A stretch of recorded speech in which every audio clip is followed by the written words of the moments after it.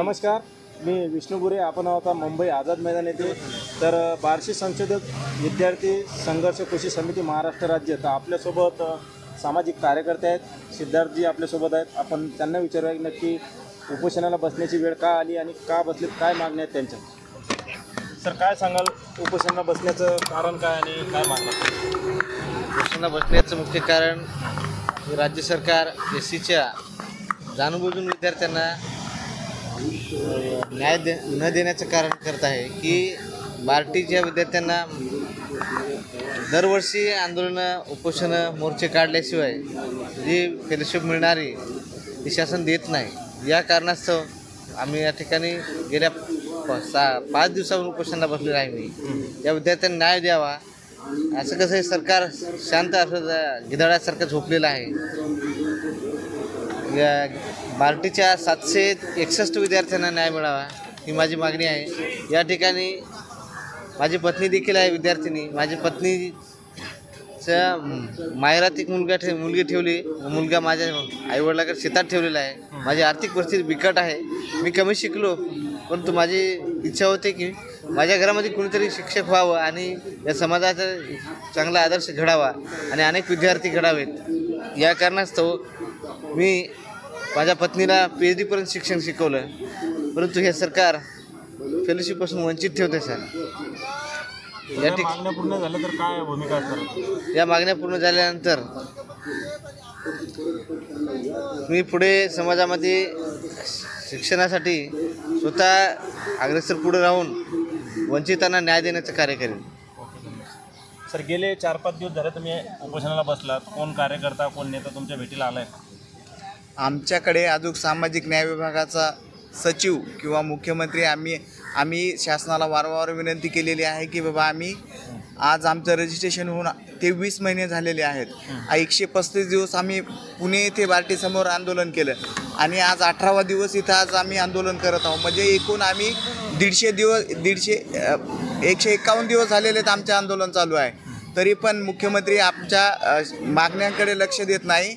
आणि जे मुख्य आपले सामाजिक न्याय विभागाचे जे मुख्य सचिव आहेत सुमंत भांगे, हे तर आम्हाला 1 मिनटंही तिथं बोलू देत नाही. आमचा तिरस्कार करतात, आमचा हेट करतात. आम्ही अनुसूचित जातीच्या समाजातील विद्यार्थी असल्यामुळे आम्हाला ते बिलकुलच भेटसुद्धा देत नाहीत. आणि आम्ही शासनालाही विनंती केलेली आहे की जोपर्यंत आम्हाला सर्व पात्र विद्यार्थ्यांना फेलोशिप मिळणार नाही तोपर्यंत आम्ही इथून उठणार नाहीत.